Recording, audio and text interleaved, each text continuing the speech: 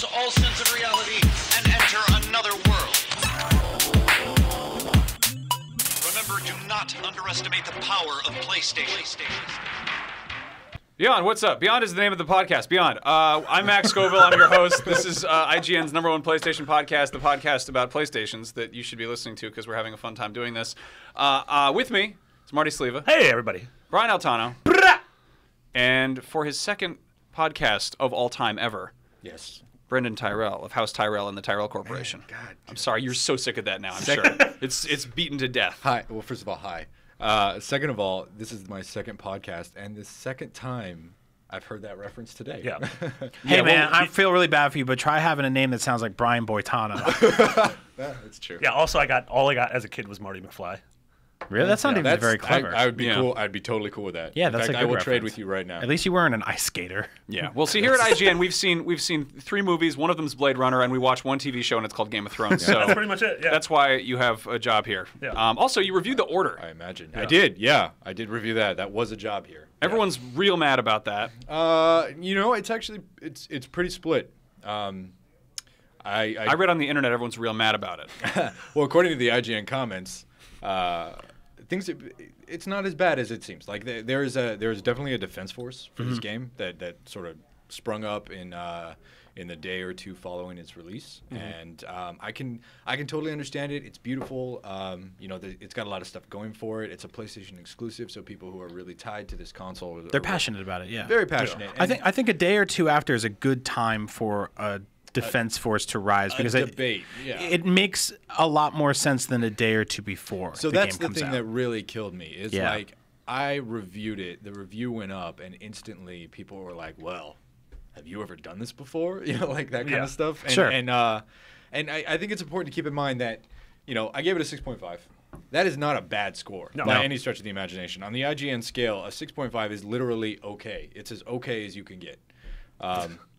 Just an enthusiastic It's a okay. strong okay. A resounding. A resounding okay. Is Sung it from the is it like rafters. okay exclamation or is it just okay? No, it's just okay. period? It's not a 6.9. Oh, that's Yeah. what that is. It's just an okay with a period, not an okay with a question mark. Which is 6.5 is like an average plus, and you Yeah. can read into Sure. that as much as you want. yeah. Yeah. You're not gonna fail your class. It's a good No. score. Yeah. Well, it's actually good that you Lots of that you games bring get that up that score. because Yeah, lots of games should shoot for that score. if you got 65 in school in America, it meant you had a D, right? So a lot of people look at a game like that's a 65 and it's a D, and it doesn't really work like that. Well, I think this is a problem that we're running into, right? Is maybe it is the sort of scholastic thing that we've been inherently trained to accept. Yeah. But I think by and large people see 7s to 10s. Like that's what, well, maybe not 10s, but 7s to 9s. That's what they see. That's what they consider. AAA games should do this. And we really need to, I think, break the habit of just relying on half a review scale. Let's just start giving Well, ones. see, I think last time we talked about I got close. Yeah. we talked about how the length of a game is really just a totally nebulous concept, Yes, and it's absolutely. stupid to harp on like, oh, it's only 5 hours long. It's like, well, that's like 2.5 movies. You know, what do you want? Yeah. And then of course the idea of taking this 5-hour-long experience that was made by thousands of people Right. and trying to score it on a 10 scale is a little bit. It's almost like this is some draconian concept. It's a holdover from when games had like 6 colors. yeah. You got a half point for each color and Like- for each bleep and bloop. Yeah, Marty, it's- you and I, we had a chance to live stream the order a bit. We got to play it. It's really pretty. Super Gorgeous. pretty. There's a lot of really cool stuff there. Remember those puddles? There's some great puddles. Best puddles of Excellent 2015. Wow. I'm gonna call it right now. Not- it's the puddle. It's not garbage. better than the Yeah. puzzles of the puddles of 2014. Puddles and Dragons. Yeah, that was a weird year Puddles for of mud. puddles. Yeah. Puddle Fighter. But yeah, Puddle no, Bobble. it's. I think that. I mean, it's definitely there are numerous pieces of a really good game in there Yeah. Yeah. that are just Yeah. these large chunks that just don't really connect quite yet. And you know? that was really my verdict for the game. It's gotten a lot of really amazing things, but ultimately it's a game that's just struggling against itself in making all of those awesome ingredients really congeal into something better than the parts, right? Yeah. And right now they fight each other, they separate. So we're gonna talk more about sort of what we want from the future. If Yeah. there's gonna be a future of the order and what we want from the I order. hope there is. I really do. Yeah, for sure. Max, What else are we going to talk about this week? Well, we've got some exciting things. There's a lot of news. There's a game called Axiom Verge, which looks like some hard, dirty Metroidvania. Whoa. We've been talking about how Driveclub, that cool game from Evolution Studios, the guys who made MotorStorm Pacific Rift, the greatest game of all time, might be free to play for people, or not free to play, but free for people with PlayStation Plus, and that's something that we were told before the PlayStation was even out, I believe, and we still don't have that. So what's up with that? Yeah. And then of course there's We have an anniversary. a 3-year anniversary. A A very special little guy just turned 3. Old enough to smoke one cigarette. Old enough to No, die you can't give a Did you ever see 3-year-old that? baby Did a you ever see cigarette. that fat baby with all the Yeah, cigarettes? we've all been on YouTube. You can. Like I think that 3 years old is a good age for a farm animal to start smoking. But 3-year-olds in a cigarettes. console's life, that's like halfway through a console's life cycle. So. It's sort of like dog years. In console years, like 1 year is 20 years. Yeah. We are, of Yeah. course, talking about the young PlayStation Vita. Oh yeah, that beautiful little boy. Mine's a girl. You got lucky. Yeah, What color is it? it's black. How do you gender a Vita? Because I named her. I feel like, I mean, if you want to be like really dumb and obvious, I feel like the big bulky ones are like those are the boys. You can tell by their large chassis. They have more upper arm strength, and I don't know. And then It's you've really got a the stockier build. little curvier ones are The slimmer ones? Yeah. Say the curvier ones? And everyone's like, they don't have as good screens. Let's criticize that weird thing and fuss about that. It's a TFT matrix, not an OLED. Oh, no.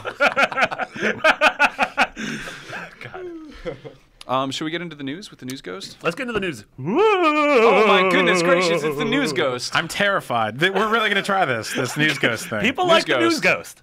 No one said they didn't like the news ghost. So, and Brendan, 3 last people said week- they liked last it. week Yeah, we were- some guy did. because I'm sitting here going like, do I make sounds now? Like, So what I'm gonna happens? let you in a secret. What you're getting in on right now, you're getting in on the ground floor Awesome. of a brand new amazing thing called News Ghost, and that's when we have new news to talk about. So new news ghost? We can A pass ghost? this on to you. You get your starter pack of the News Ghost, and you can take this to your friends and expose them to the News Ghost. Right. And the more people you get on board with the News Ghost, the more beneficial it is. It's a pyramid scheme. It's a pyramid scheme. I was just gonna say, I get more woos, and then It's a haunted pyramid. Yeah. Oh, great. It's a ghost pyramid, which, like, if you tell Every I pyramid's think I saw haunted. that. if you movie. tell your loved ones you lost a lot of money to a ghost pyramid, they're going to be like, awesome. They'd be like, "Where is this? I want to take a crack at it. This sounds like the ultimate puzzle." Did you get any pictures of it? No, it's dead. It's dead. Yeah. It's filled with mummies. Yeah. So what's here? Should I go this? You want to do this? I don't know. Whose job we is this? can do it together. Well, I guess the first thing We hold my hand and we we've jump already off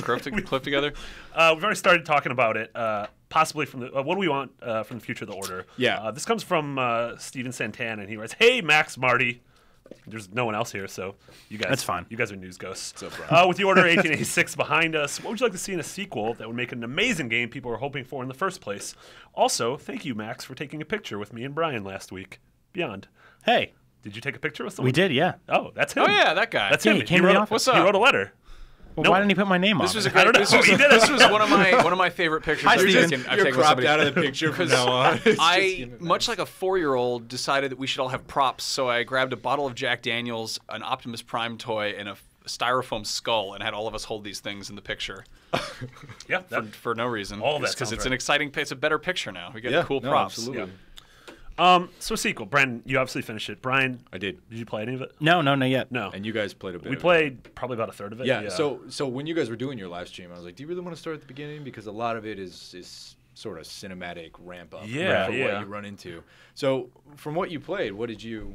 I mean, how did you take it? I mean, I think we both agreed the game is stupid gorgeous. Okay. The world is really interesting. Yeah. Like I like that sort of fusion of Victorian England with No, it's gorgeous, gorgeous steampunk. Yeah, with amazing steampunk. I guess werewolves are kind of cool. That one part was really dark though, so we got stabbed by a werewolf a lot. My problem was the game was just boring to play. Yeah. I think it's like a museum tour. It feels like one of those like one of those museums that's trying to be more like interactive, and they're Yeah. like, you can touch a sword, but you have to put on these gloves first, and the Exactly. man is going to hold the sword. You don't actually get to hold it. Yeah. You're going to sort of touch the sword. It's Yeah. like Yeah. patting a dead sword. Not Yeah. the shot part, though, Interesting. just the handle. Yeah. Yeah. And that's basically the beats that you guys just hit is everything I put in my review. It's gorgeous. I love the world. I love those characters. I love how they pulled threads from historical nonfiction, historical fiction, myth, legend. Yeah, Arthurian legends. Arthurian and, legend. The Holy Grail actually has a gameplay element now, right? Yeah. It's supposed to keep you alive forever, and now it actually does. Yeah. And so all of these things came to work together to create that beautiful world, and it's gorgeous. It's absolutely gorgeous. Yeah. Which warn people is probably gonna be spoiler warning, but the game's pretty short, so if you got it over the weekend, you probably finished it. Well, I think we haven't touched on anything that isn't in like chapter 2. So Cool. I don't remember Holy Grail, do you? I guess we something were about talking. You guys were talking. Yeah, we were. Someone talking. yelled at us for talking during it. Yeah, I'm I like, know. well, that's not a live X-Men. stream. You want us to just breathe into the? Yeah. So- You had a great answer. Like, we're not going to sit in silence. Have we heard? this game. Have we heard anything about sales data whatsoever? No. So that's that hasn't happened Yeah, yet. I mean, it just came out on Friday, and we're Yeah. recording Monday, so 3 days. So I think that there's a thing we have to acknowledge at this point, and that is that if we are seeing a game of this scale, of this like AAA caliber, it is extremely unlikely that this is especially with an exclusive on a console. Like it is so unlikely that this is a one-off, and that there's not going to be another one. absolutely. Yeah. You know how much upfront work they had to do in order to make everything look as good as it does. Yeah. They already have the foundation for the Order, the series. Yeah, Like, the it world. exists already, and I know they were talking about sequels, and if you play it all the way through to the end, you can kind of get glimpses of where stuff might be headed. Having said that, I worry, maybe because it is sort of just kind of a bore to play. Like I worry, it's not going to get the reception. Maybe it won't get the quality that of polish that it needs for a sequel. Yeah. But I know that also, Sony, I believe, is helping out on that front. They did with the Order. Oh yeah, and I mean Sony's, their worldwide studios tend to come in, like Santa Monica or Japan studio will come in and sort of help out. Yeah, they will totally. help finish something out. It's an ecosystem that really, really. Yeah, I mean they did it with takes the care of Unfinished itself. Swan. Yeah, absolutely. Which is a game on a infinitely smaller scale, Yeah. but Yeah. still a very cool sort of artistic passion project for them to come in on. And when you look back, like last generation seemed to be so defined by things like this, where like the first Assassin's Creed came out, and to sort of middling reviews, and everyone was like, "Well, this is a cool foundation, but see where you it guys goes." really have to like push And this then a here little we bit are further." 9 games later. Yeah, or whatever, exactly. and And two was critically acclaimed, and we are almost Jesus. Yeah, I would 9 say. I games mean, in. it wasn't anywhere near the same sort of depths of critical reception. But the original Uncharted wasn't exactly like a 10 out of 10 game out the gate. But by the second one, and especially the third one, like the amount of polish that went into those games, even just because I didn't have to use motion controls to lob a grenade anymore. Yeah. I mean, things evolve and change. You guys are very right in that they built a foundation here, and I don't think they're just going to look at the review scores and be like, this didn't work. See you guys. I think it's important to note that like history is backing up what we're saying right now. Like, Yeah. I had actually forgotten about the Uncharted and the Assassin's Creed examples, but yeah, both of those games, I remember playing them thinking like, gosh, that's beautiful, and then having to kind of. Less so with Uncharted, but having to kind of slog to get through those really slow bits, right? Yeah. And then look at Gears of War. Kind of same time in the console life cycle. Beautiful game, third-person cover-based shooting. Set it up for a huge franchise that's coming out. So there's definitely precedence here that the Order is coming out, and I think it will anyway because that world is huge and it deserves to have more stories told in it. Yeah. I think it was definitely also mismarketed. Like I think that it clearly is. Very much so. They said it's not cinematic, it's filmic. Like they wanted to really stress What that does that even mean? there's a film grain on it. I remember reading something There is where a grain, they yeah. created like virtual lenses. Like so it looks what you're seeing is emulating What a camera would see. camera glass, Yeah. which is really cool, but also the kind of thing where it's like, give me the gun, let me shoot the man. Yeah. Just let me do make the thing behind the lens work first. A lot of people wrote in sort of, and in the Facebook group, were talking about how they thought it got an unfair rap because stuff like Telltale is critically acclaimed, and stuff like Gone Home and sort of first person just narrative games. And that's true. I mean, Telltale games don't have a lot of action, don't have a lot of interaction. The but first thing they showed us for the Order was a thermite gun. Yeah, Don't exactly. hype, So- like if you're going to be looking at relics and scrolls and things, like maybe. and just minutes upon minutes of unplayable sections, non-playable. Not I unplayable. fielded a lot of these questions on in the comments and social media, and it basically the one-to-one comparison. How come narrative moments in both? Well, it's because when you review a game, you have to review it against the context of itself. What is it doing? What is it trying to be? Yes. The Order is a action shooting game that's very beautiful and very cinematic. The Walking Dead is a narrative-driven, quick time event driven.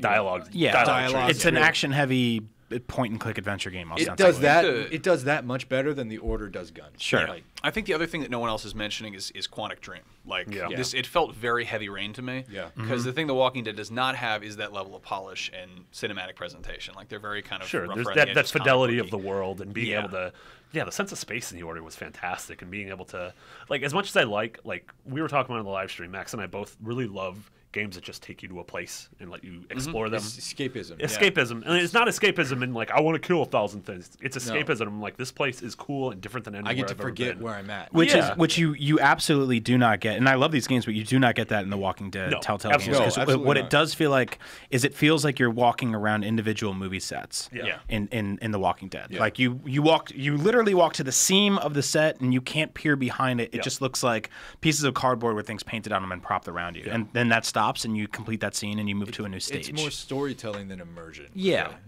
Absolutely. But I think that what we're sort of like, I mean, everyone in this room has reviewed a game at some point. We all work in the games industry. Everyone listening to the show is a passionate, hardcore gamer, I would say. Yeah. We all read comments. We check Twitter. We check trailers when they come out and stuff like that. Yep. For we all do that. You know, for better or worse. Something we do. But something I realize, or I consistently realize every time I just boot up my PS4, is that there is an experience there that happens from start to finish entirely on that console that is in a complete vacuum away from the rest of all of this, where the discoverability on the PlayStation 4 of somebody just going into the store and seeing that the top cover slot is taken over by this game called The Order, and then reading about it and seeing a couple gameplay clips and being like, oh, this looks really interesting. That makes you want to buy a game on the spot. And you're like, it's PlayStation exclusive. It's got this like immensely cool art style. The art direction's amazing. It looks really fun. The graphics are incredible. I'm going to download it. I have $60 or I have some money in my wallet or whatever, and I'm going to download it. And that happens in a vacuum, and it happens away from all of the hatred that you get and vitriol that you get in the comments of people being like, oh, it's too short, or it's not good enough, or it's a 6.5, and all the sort of the critical lens that we get to put on it as reviewers of like, we've been seeing this at E3, we saw it here, here's what we think about Lots it. of exposure. Yeah, all that happens right then and there, and it always reminds me of Alien Colonial Marines, which is a far worse game than The Order. If you just go look just strictly by reviews. And even polish and everything, because I don't think a ton of people are looking at The Order going, hey, like, this game is constantly glitching out on me. But the Alien Colonial Marines cracked I believe it was the top 5 of the best-selling games on the NPD charts that month. And it did the same thing in the UK, which means that largely all of the voices and the vitriol coming from the audience and coming from us who get paid to come into work to talk about video games critically pretty much means nothing. Well, you can throw all of that in the trash and just for that. Sure, I mean, guys, in the grand scheme of things, we all have meaningless jobs. But I just thought, like, I went into the Beyond Facebook group. Shout out to them. Go check them out. Awesome group of people. I've been going in more and more often, and it's actually growing the more we talk about it. So I'm going to keep doing that. And just anecdotally, so many people there were buying the game and just being like, I don't care. I just want to play this because it's PlayStation exclusive. It looks awesome, and I want to try it out. And that's, I think that's going to tell a very positive story next month. I'm going to bet right now that will probably crack the top 10 or top 7 best-selling games of the month. Yeah, absolutely. Do you think the flurry of all this debate and speculation surrounding The Order and its sort of lukewarm reviews, do you think that'll also drive sales? I honestly, I'm not sure if reviews drive or hinder sales that much. Yeah. There have been games that, we praised, everyone critically loved Sunset Overdrive.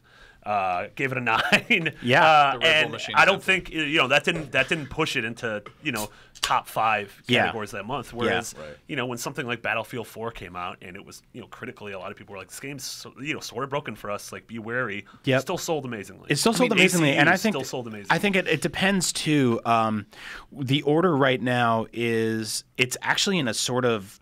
It's in an interesting kind of real estate where everything around it's not really being crowded with like the end of the year rush. Absolutely. It came out at a really good time. Part of me wonders if that was strategic. Push a little bit. And it's also easier. Why you're not so pissed off about everything. Yeah, sure. Like, we've been waiting. Like, there's games that we thought we were getting for Christmas that still aren't out. Like, Battlefield Hardline isn't out yet. It's not like, oh, this game was a bust. That's okay. I still have Call of Duty in November. You know? Like, I got all these games for Christmas. I'll just play something else. It's sort of statistically harder to push a new IP against established ones during the fall rush and Christmas season and stuff like that. Whereas February is a pretty good time to put out a new ostensibly one-off game. Yeah. I mean, Dying Light came out in January and sold huge. Yeah. People are playing it. I mean, Dark Souls they brought into October because November is just disgusting. But in terms of reviews having an impact, I don't think the order is really in a place neither here nor there where that's going to be a big thing. Like, I've actually seen the reverse happen. There was a game called Big Rigs. I don't know if you guys remember it. Truck game? Probably not. Yeah, it was a truck game, and GameSpot gave it a 1.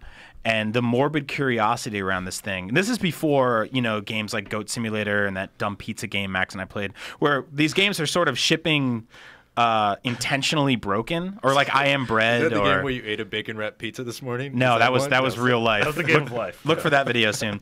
But this game, Big Rigs, it got a 1 on GameSpot, and it was basically like this trucking game for PC that was impossible to lose. And it was a disaster. And people because this was back when you could first start buying games on demand.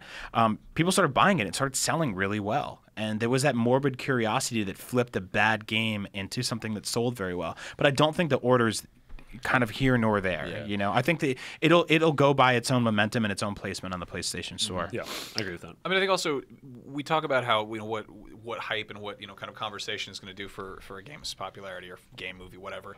At the end of the day, the internet is sort of like in Harry Potter when everyone's afraid to say Voldemort's name. If they say his name, he's going to get more powerful. Yeah. That's actually how the internet works. If you say the thing enough times, it gains more online value. Traction. It has more search results. Say it till it's true. Yeah. So if you say the order 3 times on the Metacritic, it'll become a success. it'll probably just stay at that. It'll appear at the foot of your bed holding a knife. And I think, you know what, even though I thought 6.5. It was 6.5, I thought it was okay. And that was actually kind of on the high side of where some of the outlets have gone. Sure. I have loved some just patentedly terrible games in my time. Sure. And I've loved them. And I still play them and have fond memories. So I think people hit me up on Twitter being like, oh, well, I played it. I just got done. It's an amazing game. Your review, I'm very disappointed in it. And it was like, well, that was my review. Okay, yeah, that was my awesome. opinion. And if you love it, then and if you like more power it, to you. I am genuinely happy that you enjoy it because really, I think every single game should be enjoyed. Sure. Every single one. That's one of the worst parts about reviewing games is that you are being as critical and analytical as possible. And it's like you always get those statements where it's like, how can you do this? Do you know how many people worked so hard on this? And I'm like, at the end of so many people work that hard on every game. Yeah. And I'm sorry. Like at the end of the day, is it something we think about? Like, yeah, I think about it like when I'm driving or something. Yeah. Well, because I mean, that sucks. But just I flip can't this let wheel. I can't. the flip side of that conversation made this is, car. do you know how many people work hard all year to save up money to buy a game? Yeah. And when they do, they want to buy one that they can really invest their time in. Sure. I know we had this discussion, last week about game length and stuff like that, and I think that plays into that as well. And I want to reiterate, like when we were having that discussion. Thank you. I referenced it in my video. Well, it was interesting for me because right before I came in here to have that conversation, I talked to you about. You kind of gave me a heads up about the score you were giving, which is why I wanted to reiterate over and over during the conversation here that we are not judging the quality of the game. We are just judging like we're just having a conversation. We're just talking about length in AAA games as a whole. Yeah. And length in games, not length in general, because then we have to talk about animal tails. Wow, you really legs, rulers, trees, a woman's hair, a hair, a man's and hair. I do think it's important. Like the length of the game never really even factored in. branch. It is short, but there are some amazing short games out there. So. For my taste, I actually felt like this could have shaved an hour off. Yeah, for sure. I saw that statement all over Twitter from everyone's reviews. Was basically everyone put up their review and they put up an op-ed piece, sort of in synchronicity with it, saying like, the order has problems, but length is not one of them. Yes, and I was like, that's the sort of important message to take away from all this. So before we move on to the next topic, Brandon, yes, if there's an order 2, what 3 major changes do you think it should have in order to... You need to tighten up the in graphics order? on level 3. 2. Just in order 2. In order 2. God, don't. A tip of the overcharge. Also, I saw when you were drinking that, the edges are jagged, and so it cuts your lips a little bit and goes immediately into your bloodstream. Yeah. For those of you listening at home to the audio, I'm having an official Sunset Overdrive Overcharged Delirium XT energy drink. The stuff that turned people into monsters in a video game just really turns and you into a also, monster in real life. It smells like pure. It tastes like stamps. It smells like stale Tang. Like stuff that's just been sitting out. It's really I like it. Anyway, so what do you want from 3 the order changes. 2? What's your 3 changes. I mean, I think we can all agree that that the gunplay, the three of us that played it, I should say, not all of us listening right now, the gunplay really, it wasn't bad. It just wasn't good. You know, it was very mediocre. It was very third-person shooter. So I'd really like to see them kind of go back to the well on that one, revisit what they did, pull something new out, really try to give it impact. And I never particularly felt like I was in danger in that game. Yeah. Except for a quick time where I didn't press a button fast enough or quick enough. It also felt like a shooting gallery where you'd get behind cover and then just waves of guys would come out from the two or three. I mean, you turn a hallway and you see like, well, there's a barrel there and a cart there and there's a balcony up there. So this is what's going to happen. It's time to fight. So, you know, I think they just totally need to double down on their action. If they want it to be an action game. If they don't want it to be an action game, just do that. You don't have to put shooting in every game. Pick a major. Exactly. It's time to it's time to Max Scoville here. Time to graduate. I think they need to take another look at the pacing of the game, because there are long periods of time where you're in a cutscene and then you're walking for 2 minutes and then it's another cutscene, and then, you know, 15 minutes of exposition and then 10 minutes of gunplay and then 2 more minutes of walking. The pacing is all over the place. They need to be more consistent, both, you know, in the short term and in the long term, where I occasionally felt like there was 5 minutes where I was shooting stuff and for every 25 minutes where I was looking at stuff or talking about things. So, you know, pacing, shooting, outside of that, I just... Blimps, more blimps. Yeah, get in the blimp. More blimps. Fly the blimp. You get your own blimp, mini blimp. Maybe some blimp more with monsters. guns on it. I love fighting the monsters. You don't do it that much. Any variety. I killed 100 times more men than I did monsters. So isn't that terrible? Like, that's one of those things. Like, well, they sold it as, hey, we're a Victorian era, basically the Ghostbusters of the Victorian era. Yeah. We kill werewolves, and I was like, sign me up. Yeah, that's a actually great premise. we kill werewolf. This is the same problem that, like, I mean, everything from like the Colonial Marines to The Last of Us suffer from, where it's like you have this really cool monsters and you wind up just shooting dudes with guns. Yeah, and like stop doing that. Why am I fighting guards? Like there are werewolves in this game. I've seen them. You know, just fight those. Also, the game should move to 1986. I'm okay with that. I like that idea. Just you're killing teen wolves. So you could fight. Somebody sent me a Photoshop picture on Twitter of just like all the tropes from 1980s, like the hair. And That's awesome. And I would play it. You have to stop Ronald Reagan from bringing crack to the ghettos. If they are sticking was with that this, who he was the one that did that? Yeah. Okay. Orders run by Nancy Reagan. If they are sticking with this time frame, I'd like to see the world. You know, like, because you've got the British Empire, but you're in London. You know, like somebody on Twitter was like, great. There's like why are there no black guys? And I mean, you can do that kind of weird knee-jerk reaction of like, well, it's Victorian London, it's an empire, and it's also like you have airships and werewolves. It is. There's no reason not to explore this. Like, it is a legitimate question. And to be fair, later in the game there are, like, you know, different perspectives as far as race and gender are concerned. But at the same time, you know, one of the main story beats is that, you know, this stuff that they discovered, again, all this revealed in Chapter 2. Really no spoilers. Like, the Holy Grail allows them to stay alive forever. Some of these guys have been fighting since, you know, the times of King Arthur. So look forward to the Order, you know, 1904. Yeah. The Order, I'd love to see some. 1963. I want to fight Nazis. The I'd Order, like to see 2125. I mean, they could do the time frame thing. That'd be really cool. But I mean, I just love to see, like, different what's orders? in this world. You know, like what are their colonies like? What does their third world look like if the first world has werewolves in it? Oh man. Yeah. I mean, what does their America look The like? third world's full of mummies. Mummies. Yeah. You really deep dive into the lore, right? Like, so you know how sort of evolution split into two different the half-breeds and the humans. Like, how did that affect the rest of the world? Like, oh my God, what happened in third world countries? You know? Like, is it just a werewolf playground? You know? That sounds nice. Yeah. That sounds beautiful. Yeah, That's my amazing. band, actually. Werewolf Playground. We're thrash folk. So that was the Order. We're obviously going to talk a lot about that in the coming weeks, months, years, until the next game comes out, and we'll probably just talk about that. Yeah. Forever. Moving to the next topic. Axiom Verge has a release date. We're going to tell you why this is exciting. But Axiom Verge, which is a sort of 8-bit stylish Metroidvania made by one guy. Incredible looking. Yeah, incredible looking. Like, this is one of those things where every time I go, man, I'm busy. Yeah. I see something like this, and I'm like, man, I'm doing nothing with my life. Seeing one guy make this... we've previewed it at a couple events. It was at PSX, but it's coming to PS4 at the end of March on the 31st. No Vita? Of No Vita? No Vita? So No PS3? it has been announced for Vita, and it is cross-buy. And the developer Tom Happ said it's definitely coming in relation to Vita as well as PC, and it's definitely going to be cross-buy. So if you buy it on PS4, it will be there to download on your Vita as soon as it launches. Damn. Again, if it's one dude, like he just wants to get the game out the door, and then he can work on the port. Think about how Shovel Knight is slowly rolling out over more platforms, and that's sort of the way Brian Provinciano did. Retro City Rampage. I like how you point at him, and I'm like, no, that was another Brian with an Italian last name. You're all the same, Brian. We're all the same. Speaking of Italy. Yep. Speaking of Italy, Brian Provinciano and I are big fans of gondolas. So and that was speaking of Italy. should that be a video break? I don't think it's long enough to have an ad roll beforehand. Peter McDonald wrote in and said, hey guys, Axiom Verge seems to be getting a lot of hype. With its release date recently announced, I'm contemplating getting the game. The thing is, I don't know much about it. Can you sell me on the game? Why should I care? Have you guys played it yet? Nope. No.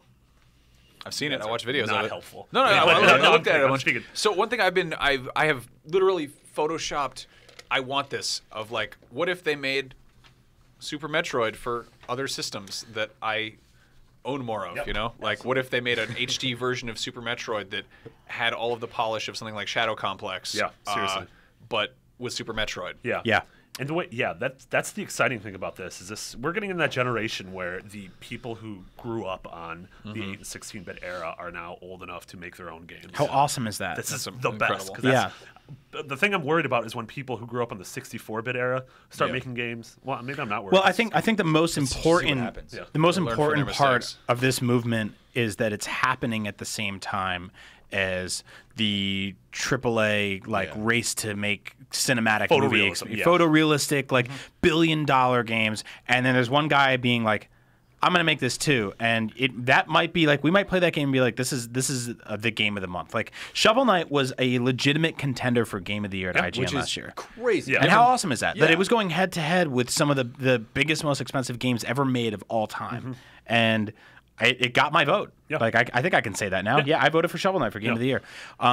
And it kind of bums me out that, people only think of it like it needs to be one way or the other. And I think it's great that it's both. I think that's fantastic for the industry and really, really important, because as you chase that sort of the uncanny valley and the photorealism or just as close to Hollywood as you can get, like you get diminishing returns. Right? There's less and less you can do in that space. And so for people that really, want something different, want something else. I think you were talking about this on Twitter or maybe in the conversation in the office, but you're just like, I'm kind of more interested in seeing these wacky little things that come out. Absolutely. Yeah, totally. And it makes more sense too, because just as the AAA is sort of, as budgets are burgeoning, the middle is getting cut out. Right. Yeah. So we're getting less and less of these games. They're taking longer. Your THQs and stuff like that have absolutely. completely disappeared. Saying is the necessity is the mother of invention. Yeah, exactly. Man, you have what did you say last week? Brevity is the soul Somebody of wit? said that was a quote of mine. It was like, it was like brevity is the soul of wit, Max Scoville. And I'm like, that was Shakespeare. Nope. What about this one's your and he's quote? like, this one's your quote, though. No, that. I have a good one. Horses are nature's cars. I don't think you even said that. I think that's also Shakespeare. No, he did not say that. He coined the term cars, and then they were invented 170 years later. That guy he does everything. But no, they're really, it's reached this point where like three guys cannot make The Last of Us. No. Three guys could have made DuckTales 2 back in the day. It might have been tricky or whatever, but it's like the difference between, what EA and Activision were doing in 1993 and what some guy was doing in his garage. The difference there was Activision had a plant that they could send that game to and get it pressed on cartridges or whatever. Yeah, and I mean, it's these are the games that are filling in those gaps. So when Bloodborne comes out near the middle of March, and then the wait until May for Witcher, June for Batman, in that span are going to be games like this and the Shovel Knight. And I'll tell you specifically why this game is incredibly important, and it's because it is a Metroidvania, and Nintendo doesn't make Metroids anymore, and Castlevania and Konami doesn't make Captivity. Yeah, the galaxy's a piece. And that was the beginning of the game. And Konami doesn't make Castlevanias. And there was a while there where on the Game Boy Advance you could play Metroid Zero Mission, you could play Metroid Fusion, you could play Castlevania Circle of the Moon, you could play Aria of Sorrow, you could play Dawn of Shadows on the DS. There was Harmony of Dissonance, Order of Ecclesia. There was every other year or so there was another really awesome 2D action platforming Metroidvania game. And what that means for people that don't know is that it's a platforming game with a lot more action elements, but it's also got this this like vast exploration element to it, which means that you see a door and you can't get through it yet. So you need a special item, and you go fight all these other bosses and defeat these monsters and come back and get through it. And it means that there's backtracking, but there's also multiple paths to get through something. And it's just like, it's you know, we're still getting Kirby games, we're still getting Mario games, we're still getting regular platforming games all the time. What happened to this genre? But this is a Well, it very evolved specific into stuff like Tomb Raider. You know? Yeah, in Shadow 3D wise. Yeah. Yeah, I mean, yeah, a couple indies are still carrying that torch. Yeah. I mean, like Guacamelee was like that. Guacamelee was an Guacamelee was excellent example. so of Yeah, that. and Dust and Elysian Tale. Yep. Sort of the hook about this is it visually looks like it doesn't look like Super Metroid. It looks like the original Metroid. It is 8-bit. Yeah. I was watching Collins Yeah. do like a video preview of it, and he did a really good job kind of breaking down the different components of it. Yeah. And he was saying that the combat is very heavily Contra influenced, Yeah. and the traversal is very Bionic Commando. Yeah. It's awesome. And I'm totally less excited about that because of it. Oh, really? Like I love the atmosphere of Super Metroid. Yeah. Like I love that they just drop you in there and they're like, hey. Big dinosaur flew in and stole some eggs and stuff. You can't really tell because the graphics aren't good enough, but those are dead scientists everywhere. Yeah. And then they just let you explore. You land on the planet and there's just rain coming down and it's just like You're the like, most, oh, well, I guess I'll go inside now because it's raining. yeah. I remember there was that feeling as a kid of playing that for the first time and being like, I'm terrified and I don't know what's going to happen. Yeah. And that's a feeling that has been so abundantly absent from gaming for me. It's desolation, Yeah. is what it is, and it's gone, and it's absent from Metroid games as well, and it's why like by the time they got around, even to the ones I was talking about, like Fusion specifically is when the Metroid franchise for the first time ever had a guy being like, "Hey, so take the elevator on the left," and you were like, "Why are you telling me?" Other that? M definitely ruined that. Yeah. So I really hope that this does kind of bring those elements back of this that sort of isolation, and desolation of just being like, I'm alone on this planet and I need to figure my way out, because there's a terror to that I feel like is really gone in all the hand holding that we see in almost every other game So nowadays. and I was just gonna say, I think in recent history, when you see games that do reintroduce those elements, look what happens to culture when they hit. Right? Yeah. Like Dark Souls, right? Yeah. So I mean, you get a game that doesn't treat you like a child anymore and says, "Here, we're just going to drop you in and let you do your thing." It's why people get are so stuck. excited for Bloodborne. Like you mentioned before with the Order, about how you never really felt a threat of dying. Yeah. Right? Yeah. Like that just was absent. No, yeah. I felt like I was watching someone else's story, except I needed to co-op his life for a second. And I think that's absolutely a running problem with modern video games, is that you never really feel the immersion that you're trading for scenery and sort of walking through these puppet shows. You're losing in the dread and the fear that you would have of any sort of ramification for dying or losing a bunch of progress or something like that. Absolutely. And in these old Metroidvania games, like, checkpoints were kind of like few and far between. Yeah. So when you did get to one, it was like, oh my God, I made it. Yep. Yeah. You know, there was this reward to that. And the risk of sort of pushing forward to do something with a beeping heart meter or something like that. You know, a lot of that is gone these days. And I feel really bad for modern gamers because they never got to experience the sort of tension and fear that comes with it. Yeah. One of the other really cool things about it is your weapons do this really cool effect where they sort of distort the world. That I'm into. And you're firing off weapons, and then it's almost like your game, like your 8-bit cartridge starts, like, there's bugs in it. Like, it's not actual bugs, but like the pixels start It's a falling bit like apart. what Fez did. Actually. Yeah, absolutely. It's kill screening, basically. Yeah. Which is, but like controlled kill screening, which I think is really awesome. If interesting. you look at like and it's for people who don't know what kill screens are, they're basically when old school games that were like based on one or two screens, when you played them over and over again, like Pac-Man, if you got to like 256. The game would run out of memory. It would just not know what to do anymore, and weird things would start happening. And they're almost like abstract art pieces. Yeah. And this game uses them as a gameplay mechanic, which I think is really clever and really beautiful. Man, you bringing up 256 and Pac-Man. Did you guys see that restaurant bar that's opening up in Chicago? No. The creator of Pac-Man, like the Japanese dude, Yeah. is opening up a bar called Bar 256. Really? And it is a Pac-Man themed, like, nice cocktail bar and restaurant. Wow. And Road trip. Yeah, seriously. Yeah. Like, I'll send you, we'll put it in the link for the show. That sounds great. The place looks amazing, and they have, like, every Pac-Man from, like, the original ones to the crazy championship 4-player cocktail setups that they have in, like, bars now. That's so rad. Yeah, it looks super rad. But yeah, I'm really excited for Axiom Verge. Another game that's sort of like this but doesn't have combat that came out 2 years ago on PC and last year, I think, on consoles was a Swapper. Yeah. Which, It was actually on PlayStation enjoy Plus it. a few months ago. Yes, that's right. It was all puzzle-based, but that game is crazy cool. Very cool. Crazy Yeah, cool. I tried playing around with that, and it's like I love Super Metroid so much, and it's like I'm always chasing that chasing that ghost. Chasing that ghost, yeah. And it's, Ghost. I think honestly the closest that came to it was probably the feeling of Shadow Complex, which had that, it scratched that itch and it was pretty, but I hated that world so much. Yeah, I didn't like anything about the big paramilitary complex. Yeah, I was like, give me some How more do you guys feel jellyfish. about how do you feel about Orson Scott Card? Yeah, well, let's not go down that. Next. Next, Talk about some Orson Scott cars. God. Nice. Yeah, we mentioned this earlier. So Driveclub, the sort of the free edition for PlayStation Plus had been promised to us for a while, but now it appears that might not happen. Yeah. Sony Computer Entertainment Europe president and CEO Jim Ryan recently when he was talking to Metro and said that might happen. He said it's still being looked at, and when he was asked whether it was still planned, before adding, "I can't say anything about it at this stage," which is sort of awkward. But then he goes on to a really interesting quote that, Driveclub infamously launched with. Notoriously launched, I guess, with a lot of problems. Yeah. But a lot of games last fall launched with a lot of problems.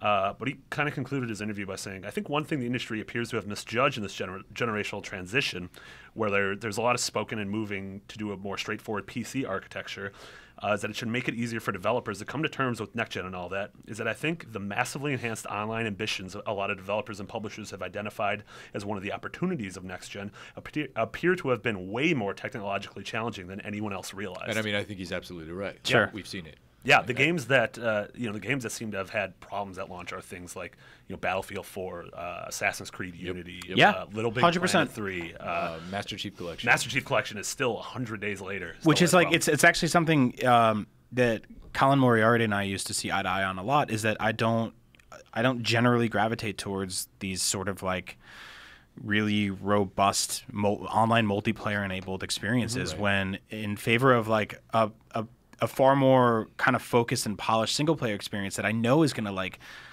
predominantly work. Yeah. Like I feel like you're sort of throwing like luck to the wind when you go and you bet everything on these multiplayer games that A, at launch don't work, and B, in the middle, they cater to the people who are the best at them, which is, for someone like me, will never be because I have too many other things to do. It depends on the community. And then the third thing is that their life cycles end sort of abruptly. After a few years, they sort of wither away and die. Whereas, you mentioned Super Metroid or like even Axiom Verge. Like, that's a great game next month. It'll be a great game in 10 years. Yep. Battlefield won't be, because Battlefield will have a single-player campaign that you beat in a few hours, and then a multiplayer-centric focus that no one will be touching eventually anymore. abandon. And then we write it's the two different stories. products. Yeah, and we write the stories all the time about being, it's sort of like, hey, the FIFA servers are shutting down. Oh, so they killed the lights on the Halo 2 servers. and finally, it's you 10 have years this later. it's like if video games were Toy Story, you could hear 1,000 NPCs screaming at once because like the lights got shut off for the first time. Awful.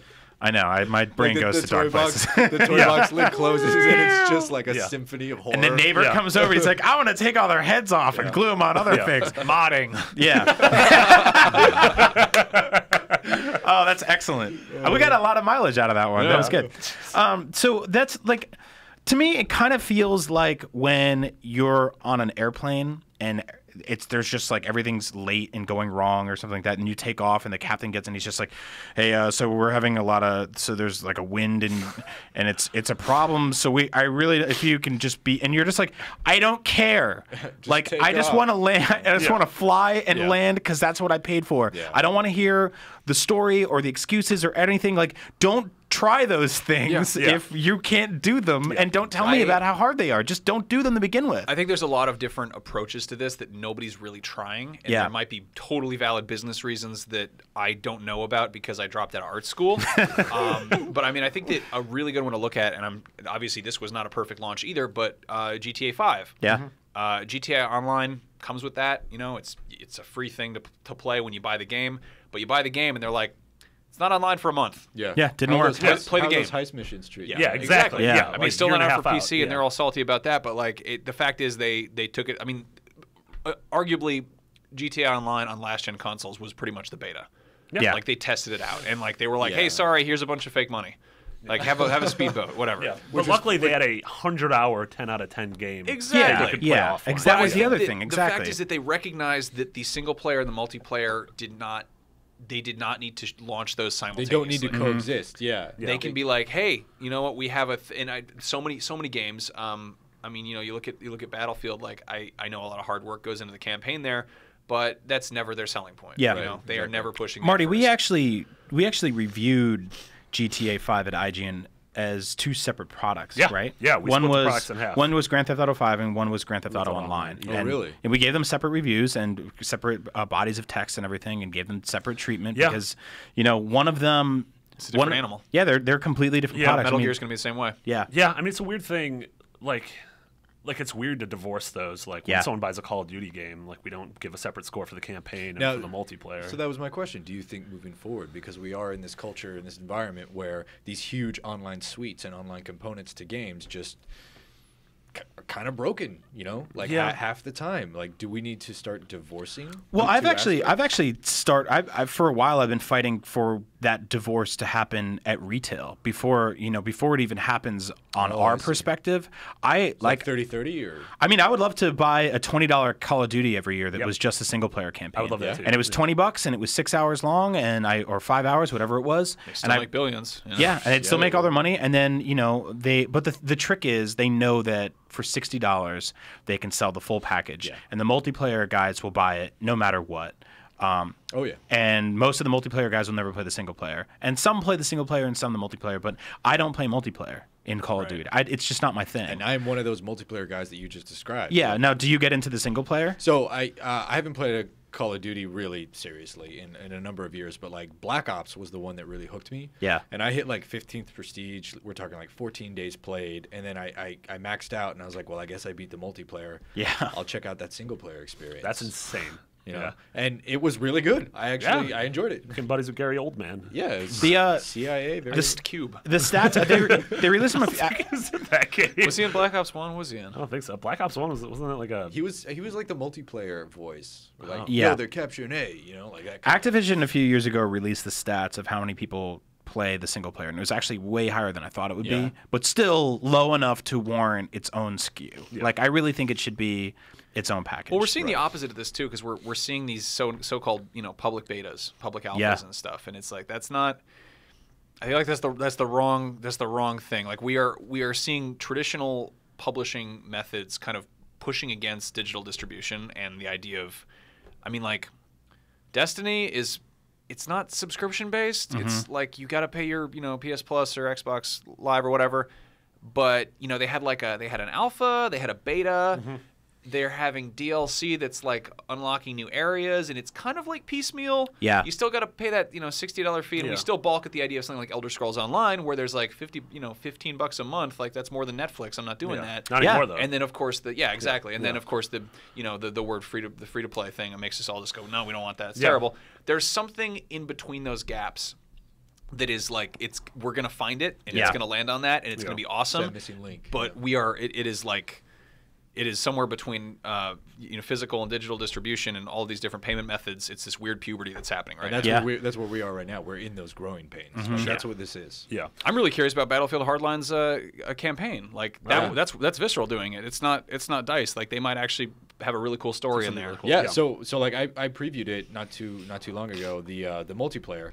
But a big part of their presentation was the single player, and they kept using words like television and series, and they're looking at it not because it is like each level is like an episode. Yeah, like, they're looking at it not as a movie. I think too long there's been an analog between video game story and movie story, and I think they're nailing it where each level is an episodic moment in that timeline. So you'll see like if you leave the game and come back, it'll be like previously on Battlefield. Yeah. Mm-hmm. And then Brian and I were talking about this with like Remember Me and Walking Dead and stuff. They're trying to do the whole like the trickled out episodes. Yeah. Meanwhile, you've got Netflix, which is like, hey, guess what? The entire first season of Daredevil is going to be up on April 10th. Because people binge watch stuff. I keep sort of waiting for Telltale to do that with something, and I feel like it might be Minecraft, because I don't know if Minecraft's geared predominantly towards a younger audience than like Game of Thrones or Borderlands is. I don't know if they're just going to be like, well, here's everything for $30 you can buy it right now. The patience to wait. Yeah. See, I think that we're all over the place today, by the way. Media but that's fine. Is all over the place in general. That's true, and we're just reacting to it. But I think that one day we'll get there where we get all the episodes at once. But in the meantime, what I want is an episodic delivery system that's, I don't know, timely. Yeah, I mean that's my problem with Telltale. So is like that, guaranteed episodes. well, I know the first of each month I'm going to get a new Walking Dead episode. The And first when that the season's first Tuesday, over, you're I'm going to gonna get a new Game of Thrones. Yeah, where TV doesn't do that. Like Yeah. I remember one of the things that crushed a season or two of Lost. Yeah. was this inconsistency. Yeah. where it would have like 2 episodes and then it would take a 3-week break and then it'd have an episode and then another week break and then six episodes, but then like a 3-month break. And it's like I cannot get in the rhythm of the show. So like, same thing with Firefly, right? Yeah. Like that's why it tanked, is because they aired it out of order with reruns during some weeks. Like there was never that cohesive long string between. Yeah, you have to build. So, I don't know. There's a lot happening right now. I'm glad we are where we are right now because it's a really fascinating time to be. What a time to be alive. Yeah, it's a really good time to be a gamer or to cover the games industry, like to be a fan. Like you're watching so many things change every single day, and you're watching the rules be redefined constantly. Yeah. And there's going to be a lot of like we lost the middle tier last generation, right? Mm-hmm. And this generation, I think we're going to lose a lot of companies to different things. They're going to be experimental new business models. Some people are going to hit gold, and some people are going to piss off a lot of fans. And it's just very fascinating to watch it all go down. Yeah. I just really want Driveclub to sort itself out so we can get a new Motorstorm. That's all I want. Just want a new exciting. Where do you want to go after the Pacific Rim? The ocean itself. Oh, like a wave race. I want monster trucks on the water, under the sea, or space. Motorstorm in space would be really cool. You just get off like one crater and per planet. Without that really stupid excuse that Destiny had that all the planets have the same gravity because the Traveler went by and made change the gravity when it was terraforming them. More like you forgot to put gravity on different planets. Idiots. Man. You're getting off the weirdest, most rickety soapbox. Speaking of cars in space, why did they take all these cars to space in Destiny? That doesn't make any sense. They got a bunch of Kias on Venus. They got this golden age of technology ushered in by this Traveler. Venus had a whole culture and a whole society. They got a bunch of Nissan Cubes up there. I mean, I can't say much for their taste, but like there was a whole society. You got hover bikes. Everyone's got swoops. Everyone's riding around like Dash Rendar up there, and it's like whatever. And swoops. My favorite bird, the swoop. That's a Star Wars motorcycle that flies. Okay. You're a Star Wars motorcycle that flies. That's the nicest thing anyone's ever said to me. All right, 51 minutes in, we've got 3 stories down. Great. I'm sorry. The next few are quickies. Canceled Legacy of Kain footage appeared online. Kills me. Yeah, this kills me a little bit too. It was a game called Legacy of Kain: Dead Sun, and about 30 minutes of it appeared online via a NeoGAF user named Mama Robotnik. So she's fornicated with Eggman. So the good old doctor finally laid his. Good for him. I'm not going to finish Maybe that he won't be so sentence. surly. Dead Sun was canceled after 3 years of development at the British studio Climax. 3 years? Damn. 3 years. Who are currently developing AC Chronicles. Climax? There's a joke in there somewhere. Yeah. They should have climaxed earlier. Sounds like they couldn't finish. Well, wait. Yeah. They're currently working on Assassin's Creed Chronicles China, which we don't really know what that is. What? But I think it's like a 2D, That's the 2D thing that was included in the season pass. Right. With the series, obviously, Crystal D was overseeing it, but they are now working on Tomb Raiders. There should be a law that if you work on a game for 3 years, you have to put it out in some capacity. some way, even if it's just like it's free. Well, they did. They put out a multiplayer version called Nosgoth. Oh, that's right. It seems so weird to me that for 3 years you're like, honey, sorry I'm late. I was working on the textures for his sickle hat or whatever the hell weapon he had. A sickle hat? It's weird to me. It's like a propeller hat with sickles. You don't know what this game is. What are you talking about? I'm saying in general. Blue Spawn, right? It's got the talking raccoons in it, right? Like just imagine what state that game must have been in for them to have canned 3 years of resources. I looked at the footage and it seemed like a much choppier, worse version of Mordor. Yep. Totally. No, the combat definitely pulled from Arkham, Straight AC. The Arkham definitely, where you're attacking one guy and then he immediately sort of vamps to the other guy. Like 6 guys are. And you're saying at no some point free in this running. could you wear a hat that has sickles on it? I don't think that's a real thing. I mean, you should build that into a game. There was helmet? one character who was a lady who had a weird hat on. It was like a big bag sweatpants hat, kind of. And What does that mean? That's a beekeeper. That's what beekeepers She had wear. one breast hanging out constantly. Right? Where like you do. was she always breastfeeding? No, Did she have a just child? the entire time. Like she showed up in the beginning in kind of this like weird sizzle roll if you go through the demo footage, and I was like, well, that's sort of an odd thing to have in this thing you're showing internally to your sales, marketing people, whatever. And then she shows up for like a bunch of cutscenes, and I like if we think fantasy armor is pretty bad, like I know that you could maybe go like the Amazonian route and do the whole like, oh, like that's to make shooting a bow easier. This is a woman who just has one breast hanging out of her shirt. Like she has half a shirt on. Maybe she didn't know. Maybe like no one in the world had like the heart to like tell her.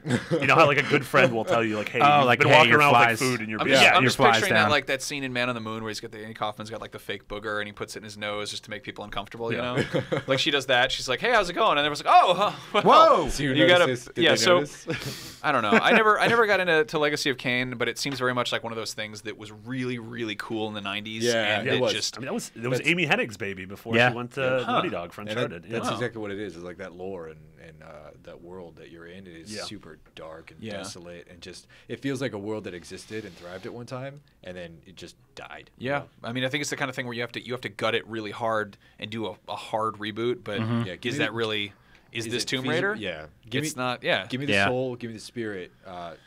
Do what you want with everything else. Jinkos are making a comeback, but Legacy of Kain apparently can't. Jinkos are making a comeback? Yeah, they're coming back. Are you going to do an unboxing or eating or something? I'm Watch Brian Altano eat a Jinko? Why would I eat a Jinko? Well, literally what you ate today was worse than a Jinko. What if we put bacon on it? Yeah. Oh, God. Yeah, sure. Get me bacon-wrapped Jinkos, and I'll put them in my mouth. What if we promise you 500,000 views when you Only eat 90s kids will when you eat a regret this. Jinko?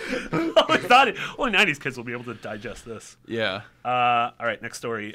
More sadness happening. Remember Deep Down? Yeah. Like, that was one of the first PS4 games we saw. I actually played it at TGS a year and a half ago. Really? Oh, my God, that's right. How'd it play? What did it feel like? Not well. Okay. It was like a real poor man's Dark Souls. Okay. It was a third-person sort of dark fantasy action game. Everything was procedurally generated. It looked beautiful, though, right? It looked gorgeous. It looked absolutely gorgeous. It had a sort of an upper layer, like a meta thing like AC has going on with it, where like you think, oh man, the camera might zoom out. Maybe I'm in a computer or something. Oh, like that's that. right. It's dark fantasy, but takes place sort of during the future. Aren't you supposed to be in the future in New York, but then you go in the subway and there's dragons? Yeah, there's dragons. Yeah. Well, you're in a children's slumber party in the future, and you guys are telling horror stories to each other using shadow puppets, and then they come to life. Not a bad idea. That's a cool framing. Free game idea. It's all yours, y'all. Also, that's just Are You Afraid of the Dark? Submitted for the approval of the Midnight Society. Be cool with that. Yeah. It's resurfaced a little bit thanks to comments made by Capcom's Yoshinori Ono. He's speaking. Yeah, he said it. He said the name 3 times in the mirror, and now it's Candlejack is here. He said, "Looks like." Looks like Deep Down is going to take a little bit longer. It also looks like some people are starting to ask the development come to a halt, but it's nothing like that. We're thinking about showing something that looks completely different than was previously shown, although it may be a while from now. I like how he says, looks like it might take just a little bit longer, but next time you see it, it's going to be a while from now. Yeah. So it's in the same way that the game sounds like it's trying to do everything. This announcement was trying to do everything too. Yeah. Also, Without it was going to be. saying It became free to play. Yeah. At one point, and I'm like, this is just like a death this is Capcom, right? This is Capcom, yeah. So one thing I remember is when it first popped up, everyone was like, "What is this? Is this Dark Souls? Is this Dragon's Dogma Online?" And now we have Dragon's Dogma Online, and which is going to be free to play. And I can't help but think that maybe they're like, let's just take this existing franchise we're transitioning into that distribution model. And this isn't an existing franchise, though. This is just a thing. I know. I mean, I think that maybe they're like, let's just focus on Dragon's Dogma. They're going to migrate. Are doing some weird things. Resident Evil's episodic now. Yep. Dragon's Dogma's free to play. They killed Mega Man. Yeah, the best Mega Man game coming out isn't being made by them. I mean, that's cool though. I like when existing publishers really kind of take chances. I know Ubisoft's been getting a lot of flack lately, but they still made a couple of my favorite games last year, right? Yeah. Gunslinger, Blood Dragon, Child of Light, Valiant Hearts. Yeah, they crushed at the beginning of the year. All really cool little digital offshoots that they do in addition to their Far Cries and their Assassin's Creeds. Yeah. I think that's the problem with Capcom, though, is that they don't have that catalog at the same time happening with their weird sort of wacky business decisions happening everywhere else. Check. So I mean, they're getting those like weird first-party deals where Dead Rising 3 is being developed, for Xbox One, and then Street Fighter 5 is for PS4. Like that kind of thing. It's weird. Not a mismanagement, but to me, there's like we're living in a post-Dark Void Capcom. Oh God, yeah. Like there was the world before that was a different place, and their company was a different place, and I think their infrastructure and their motto and what they were aiming to do is very different now than it was a few years ago. Because I mean, when we grew up, Capcom was on everything, and they made some of the most interesting, crazy sort of they made probably some of the best licensed games ever of any company. Oh yeah. You know, I mean, you could hand them like the weirdest Zelda games. Yeah. Yeah. Jeez. They made Zelda games. They made Minish Cap. Or the Oracle ones, right? Yeah. Yeah. I think Minish Cap too. Yeah. They were a definite leader, right? Yeah, They yeah, were forced. absolutely. They were one of the companies that you saw as one of the most important video game development studios in the world. And they kicked off last gen with a strong note. I mean, they had Dead Rising, they had Lost Planet, they had RE5, they had Street Fighter 4, and then just something happened. And then they had RE6, and then they had Lost Planet 3, and and Dead Rising 2. Oh, I think we just solved that one. Yeah. So this brings up to mind a good point, whereas like Capcom has always been that company that would take chances, right? And those aren't the publishers that are really thriving right now. Yeah. Right? The publishers that are thriving are your Activision and your EA, and we all know why. So it makes me wonder if maybe those publishers that take chances aren't the future of the industry anymore, which would be incredibly sad. That's super duper sad. I don't like that at all. Sorry, that's Brandon, yeah. sad. Well, it'd be interesting if they like we talked last week about how Square Enix is fielding ideas from independent teams about doing stuff with their existing franchises like Gex and Fear Effect or whatever. Yeah. License, man. License out.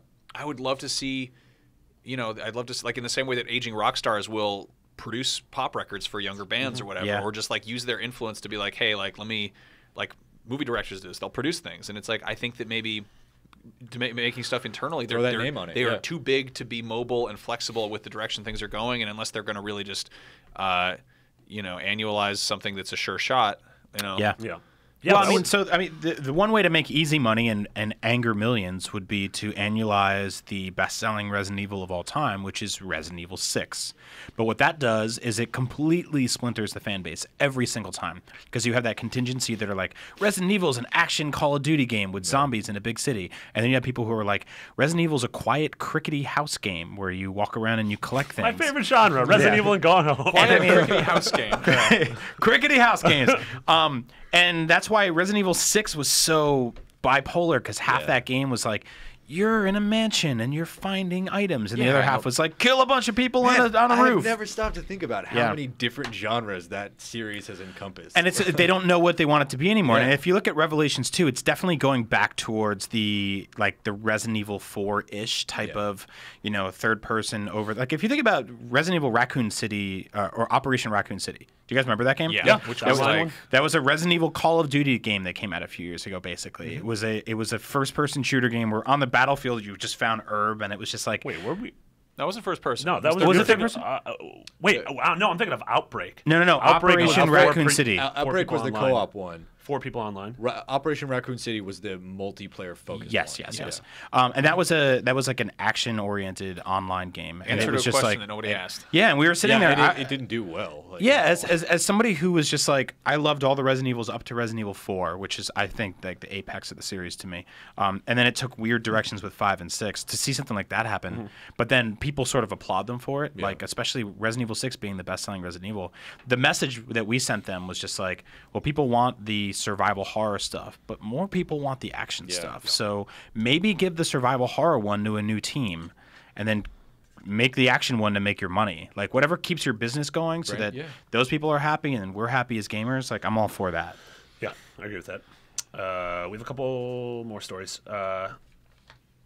We'll gloss over this one because I don't think you guys are big Final Fantasy fans. Excuse me. Are you a big Final Fantasy fan? No, but I'm excited about this one. Yeah. All right, okay, this is perfect. How dare you? Probably the dumbest thing I did today, besides drink a lukewarm Sunset Overdrive promotional beverage, was get really excited about a Final Fantasy game. Yeah. 40 minutes of gameplay of 15, Final Fantasy 15 showed up online, Yeah. and I watched a good chunk of that and suddenly felt like I was 11 again seeing Final Fantasy 7 ads on TV. Okay, I did not think anyone would be this excited except for me, so yeah. It looks really, really cool, and good. it looks like it's going to piss off a lot of people because it totally does not look like a turn-based RPG. No, it's totally not. And it's just like a bunch of dudes going on a road trip and like I love that. Yeah, Fight in the woods. Yeah, they're fighting in the woods. You have to you have campfires, beating up elephants, and buffaloes. I feel like I bet they're gonna kiss it sometime. At TGS, I previewed it and I called it Tommy Boy with Swords.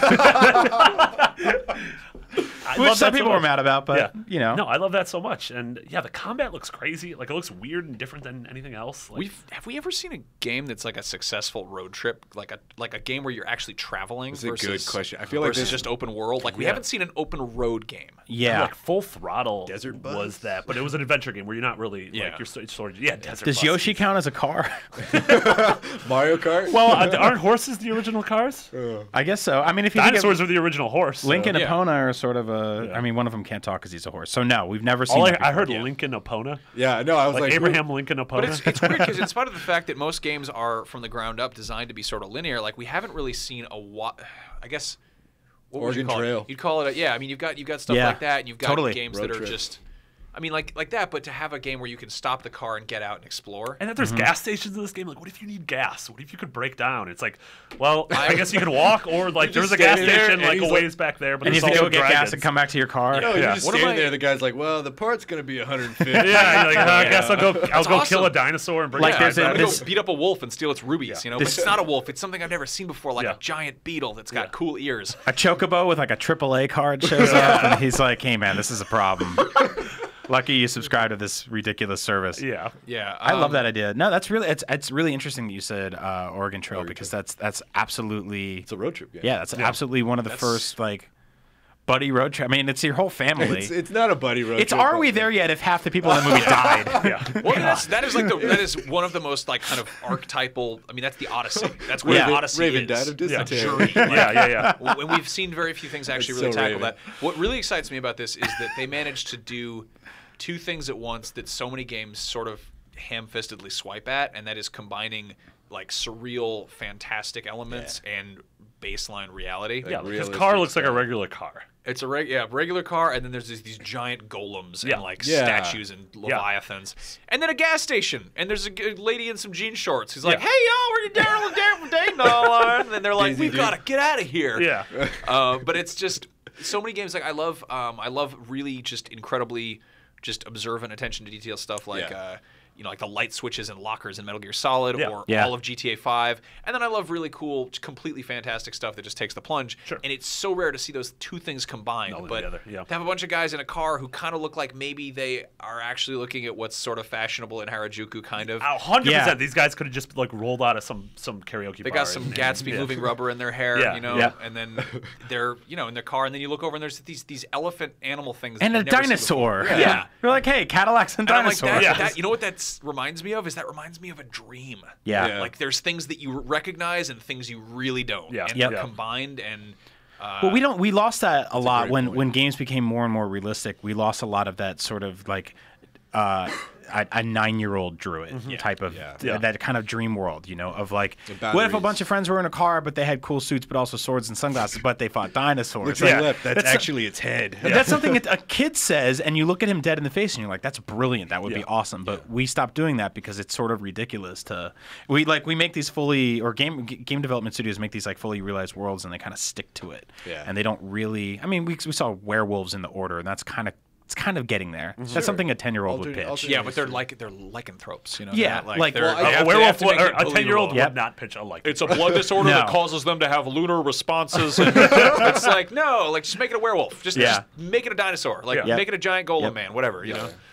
Because to me, it's like it's a kid drawing animals in the margins of a history book, Yeah, and I love that. Like that's fascinating. And to I think me. I'm so just trying to keep my expectations guarded, but I will say that my excitement for a Final Fantasy game is higher than it's been in a really long time. Yeah. Everyone Everyone in the office is saying that too, which is As weird. it should be, I think, because I think no one in the last few years has been like, this is perfect, just keep making these every year. Like each one that's come out, we've always sort of been like, oh man, you made those same mistakes again. Like, Yeah, please yeah. stop. You made like, 13 3 times. Yeah. And this is coming from somebody like, I don't know if I've said this on the show before, but I absolutely loved Final Fantasy growing up. Like Yeah. the Super Nintendo ones, even the NES ones, Yeah. like loved them, played them to death. Yeah. And then one day we went separate ways, and now I'm sort of getting ready to come back to them because this looks really fun. I'm Yeah. there with I'm you. super And different, stoked. and different's And good. this is all coming from that Duske demo, which is going to come with Final Fantasy Type 0 near the end of March, and so we're going to be having a lot on this soon. Yep. Very exciting. Yeah, I'm excited. I just want to go on road trips. Yeah. Yeah. Just want to have great hair. Meet Also, a lady with some jean You already shorts. have great hair. And I want a game that reflects that accordingly. If you want to read a really cool preview I did for this game that isn't about this game at all, last year at Tokyo Game Show, I went to preview this game, and there was an earthquake. Oh, was that the game? And I wrote about the earthquake, so You go wrote about read the that. earthquake It for was your the game day I preview? got to Japan the first time ever. There was an earthquake that happened when I went to go see the trailer Type for this Zero. game. Yeah, I saw yeah, Type with the Zero and then trailer. the trailer for Yeah. this game, and the whole Square Enix started shaking. So Type Zero is a fun GGG. Oh my God. Caleb. go You read gotta that crawl story. under That a was fun. table. That's the silliest. Last news story before we get on to the 3-year anniversary. Grow Home Yeah. coming to consoles. According to Jack Cuvella, who's an artist at Ubisoft Reflections, he tweeted out, "Want to see Grow Home on consoles? We have to prove ourselves on PC first, so tell every PC gamer you know to go buy it." And then he used hashtag Grow Home. Probably not true. How about grow up? Wow. Wow, be That was nice. rude. Yeah, that grow was up. rude. Brandon, you reviewed Hashtags. Grow Home. I did. For Teens. people who didn't read your review or don't have a PC, if you don't have a PC, that's weird. Yeah, what's so if happening? you want it on consoles, go buy it on PC first. Even if you don't have a PC. What is this game? So Grow Home is a cool little ditty by Ubisoft Reflections, and basically what it is a climbing simulator where you're a tiny little robot and you fell out of your spaceship way like 2,000 meters to the ground. Jeez. And now there is a plant in the middle of the world, and your whole conversation about dreamlike games is like still in my head right now. I'm like, he was so right. So you're a little robot that fell 2,000 meters to the ground, and there's a giant plant stalk in the middle of the world, and you have to go collect crystals and jump on these little offshoots of the main stalk and guide them into floating gems around these floating islands in the sky, and that makes your shoot grow. You know, the main goal of the game being to grow home back to your spaceship. Like a beanstalk. Sort of, yeah. Isn't it procedurally generated? Is that right? Did I make So that the up? animations are procedurally generated. Okay. The world is static. The animations are procedurally generated, which is awesome for two reasons. The first being, you know, you never kind of know what's going to happen because it's a climber. So left trigger, right trigger, left trigger, wow. right trigger. Kind of like QWOP, but not as infuriating. That's like it sounds really infuriating, but is it fun to play? It's super intuitive. It actually works, right? It works so well. I mean, spoilers, I gave it an 8.8 on IGN. Wow. That's not a spoiler. That's actually spoiled public. you spoiled the ending of the review. I wanted them to read it first. Yeah. So go Well, do always do that. I Definitely spent read the some words. time on right. that review. Yeah. Yeah. I gave it an 8.8. I think it's fantastic. The art style is great. And the second point that I'll touch on as far as those procedurally generated animations go is that the animations sort of are generated to reflect the way you're moving, and it gives him sort of this like childlike state to him. So like the same way you'll see a kid chasing a bug, like a toddler chasing a bug in the field, like he's running and then the butterfly goes this way and he stops and he's like okay. Yeah. He doesn't have full control over his body, but he's still Yeah. really ambitious. He Yeah. doesn't have his motor skills down pat I like yet, that, yeah. and it's fantastic. Like there's so much personality in that little dude. Yeah. I love the game. I think you'll love it too. And as far as the PC or console thing goes, I would love to see it to come to console because I played with the gamepad. You can play it with mouse and keyboard. It is 100% better on the gamepad. Yeah. Oh, perfect. Left trigger, right trigger. I So- find it a little bit. I don't know, just that tweet to be like, oh, if you want to see it on consoles, buy it on PC. I think that a game that, and this is Ubisoft that published this. Yeah. I think if Ubisoft published a game on PC that got an 8.8 from IGN, chances are Sony already has somebody on the phone being like, hi. This game seems neat. Yeah. Like, I mean, we've seen and it was a downloadable game, right? Like, Yeah, Yeah. it's like 15, $20. It's $8. oh, Yeah. that's I'd be From said. what I remember, I think it's $8. Don't kill me if I'm I wrong. mean, you but got you got Rami Ismail coming out on stage at Gamescom being like, "Hey, check out Luftrausers. It runs on this $500 supercomputer and it uses 4 colors and they're Yeah. all brown." Yeah, yeah. You know, like Yeah. I'm pretty sure this is the kind of thing that has gotten someone's attention. I just And I mean, Sony. sure, go buy it on Sony is- PC, but like they've gone on stage at events before, and they've literally said on stage, like, "Hey, if you have a cool game, like, get in touch with us." Yeah. You know, Yeah. Like, it's not hard to Yeah. get a hold of Sony and Microsoft. I imagine this is coming to console. This is one of those games, and we're always playing games here at IGN. There's people with their TVs and they're just reviewing games all the that time. what we do here? We do a lot of it, and you walk around the office, and a lot of it, you don't get bored of it, but it is sort of business as usual to an extent. But this is one of those games where every now and then you'd walk over or look up, and there'd be like a small contingency of people around you just being like, "What is this?" And it makes me beg the question, like, whose job was it to market this game? Like, why did no one know about it until a week before it came out? It was like, hey, we have this cool game. Oh, and by the way, it's out next week. It felt like this could be one of those like indie darlings that the whole industry kind of gets behind. It very much is. And we didn't really know about it. It just sort of appeared one day, and we love it. So like, why was this kept why was this suffocated? Why was this kept a secret? Like, it was weird. This game was announced and then it came out. Yeah, why? I mean, and this goes back to the thing I'm saying about Ubisoft, like being one of the publishers that I respect in the fact that they actually take chances, right? I feel like this is something that they were like, hey, we have this technology we've been working on probably for an Assassin's Creed or a Far Cry, and like, well, let's throw some mechanics in there and some rules. God, I want an Assassin's Creed game where you climb beanstalks so bad. Where you're just drunk. Ezio, what are you doing? You're just drunk the entire game trying to assassinate. That's really high. I can't go. Where's my home? Stick to try to stab someone.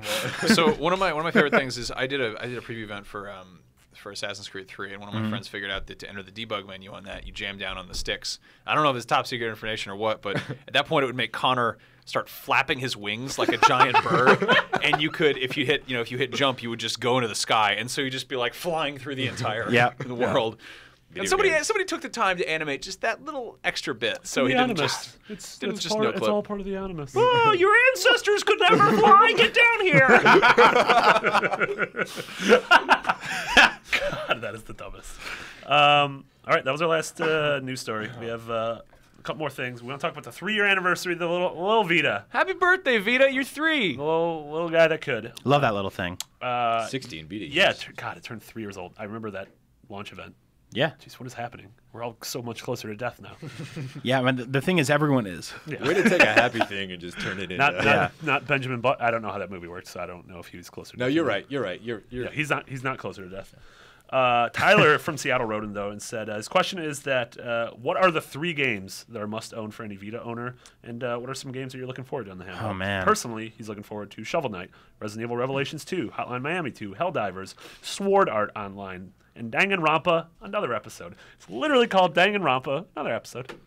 So because he said Shovel Knight, I want to say that two of my favorite games to play on Vita are Rayman Origins, which ditches the multiplayer aspect, but is otherwise a complete perfect console port, and just easily one of the best platforming games, probably even of the last 10 years or of all time. Wow. Excellent, beautiful platforming game. And wait, number Origins 2, or Legends?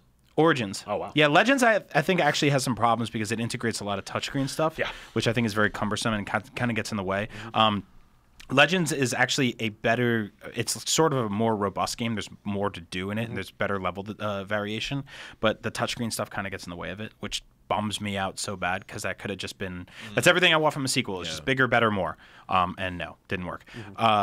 But the other one is Guacamelee, which is far and away, and I remember Guacamelee was one of the most tense games I played on the Vita. That game is. I had to switch between that and PS3. Yeah, and that's also the first time that I'd done that. I was transfarring. Yeah, I was literally transfarring. Isn't that cool to be able to do that too? That was the first time that worked. You basically to upload cloud save. That was the first cloud save game I played, and it was perfect. And there's certain bosses where you needed to use the thumbsticks differently, and it was just swap over. Yeah, I think a lot of us sort of, and developers figured it out too, was a couple years ago when the Vita launched, it was all about sort of replicating that console experience at home. Got to make that console experience at home. Let's get that third person or first person game. Here's your Call of Duty game. Yeah, so here's an Uncharted game that doesn't work as well as the console ones. Golden Compass. And Golden Abyss. Golden Compass is about killing guys. It was. I think Golden Compass is a Nicolas Cage movie. Yeah. And then Golden Abyss was kind of a golden abyss. You know? Yeah. It was. And here's a bunch of first-person shooters that lose the sort of that full-screen immersive movie theater feel of being in a surround sound room. Doesn't work. It just doesn't work. And I think that halfway through the life cycle of the Vita, a lot of people were just like, you know what? Let's make quirky platforming games on this thing. Let's make cool handheld games. Let's make like Sound Shapes is awesome. My God, that was going to be one of my 3. Yeah, holy crap, do I adore Sound Shapes. And I think it's because a lot of people were like, this just works here, you know? And I played all of Walking Dead Season 2 on my Vita on a bunch of trips, and it works, but when it doesn't, it's a slideshow. And I think it takes away from the fact that, stop trying to shoehorn the console experience into handhelds and start making awesome handheld games. And I think the Vita has plenty of those once you get rid of that sort of well, can I play Resistance on it? Can I play, yeah, you can, but do you want to? Why when you have another option? Yeah. Soundshapes is just one of the litany of amazing indies that you could play. Yeah. You can play on Vita. You can also play elsewhere, but stuff like Rogue Legacy and Spelunky and Guacamelee. Oh my God, and yeah. Hotline Miami. Yeah. A lot of those are cross-buy too, which was why I love it. Which Soundshapes, I bought it on PS3 and then I got it for free on Vita and now PS4. It's free. Yeah, it's like, okay, this is great. Dude, awesome. Yeah, Thank you. The two sort of exclusives that come to mind for me were Tearaway, which I adore. Tearaway's amazing. Yeah. Tearaway is the one game that makes full use of everything the Vita can do in such clever and interesting without ways. being really stupid about it. Yeah, without being stupid at all. It's also, that's one of those just immensely charming games. Yeah. That game is so like, it's not trying to wow you left and right. It's like an Eric Carle book crossed with like a really good Monty Python bit. I mean, Totally. Yeah, I mean this in the nicest crap. way possible, but it's one of the most Nintendo games to ever come out of Sony, and that's that they took this like really sort of tangible art style and stuck with it the whole way through. The same way the new Kirby game looks like it's all made out of clay. Tearaway looks like it's entirely made of construction paper, and they just stuck with it. It's just blow really on the screen. The sort of the paper moves in the wind. If you if you put your finger through the back of the screen, your finger appears in the world. The camera looks at you. Your character looks up in the sky, and you're appearing through the sun. You're the Teletubbies baby. Yeah, So rad. all grown up. And then obviously Persona 4 Golden, which we've talked about on pretty much every episode of this podcast ever. But one of the best JRPGs of the last 10 years. Vita's the way to play it, and you can get excited for Persona 5 because that game's gonna be awesome. I'm gonna say Guacamelee, easy. God, I love that game. Hotline Miami. I think is is the best on Vita because that is such a weird twitchy game, and the range of movement of the little nipple thumbsticks is like just perfect. It's perfect for it. And the average run in that game lasts like 20 seconds. I've missed bus stops on numerous occasions because of that. If you want something in that vein, Ollie Ollie is really good. It's like what if Hotline Miami was about skateboarding, and then of course there's Luftrausers, which is just crazy little planes flying around blowing up. I love Proteus. Like Proteus is it's one of those things where people are gonna be like, that's not a game. It is a procedurally generated impressionist hiking simulator kind of. I mean, it'll do this thing where it'll use your GPS data, I think, and it'll I don't even know what it does. It'll make a map based on sort of where you are, but it's not like, oh, it's San Francisco. It's like it'll just be sort of looking at topography or something or other.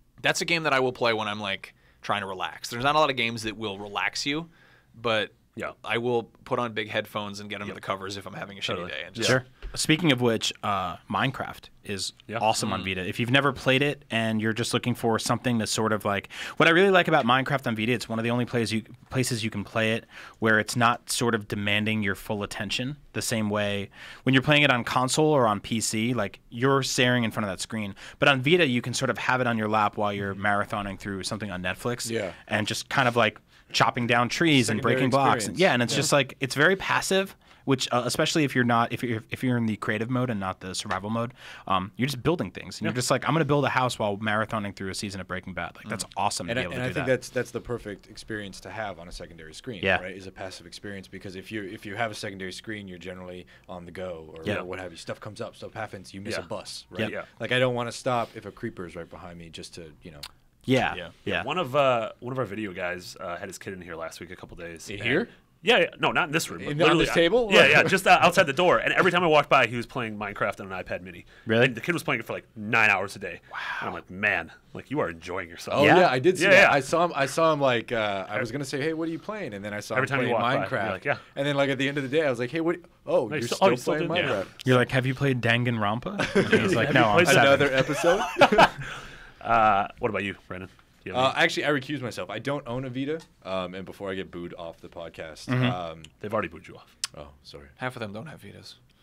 They're on the so if you all had, we know how many people listen to the show. If you all had Vitas, the Vita would be a much more prosperous. It would be doing all right. Are you a handheld game guy in general? It's not that I don't think a Vita is amazing, because I've seen it. It's just that I haven't had a handheld system since I literally saved up like my allowance for weeks and weeks and bought the gray brick GameCube so I could buy Pokemon Red and play that.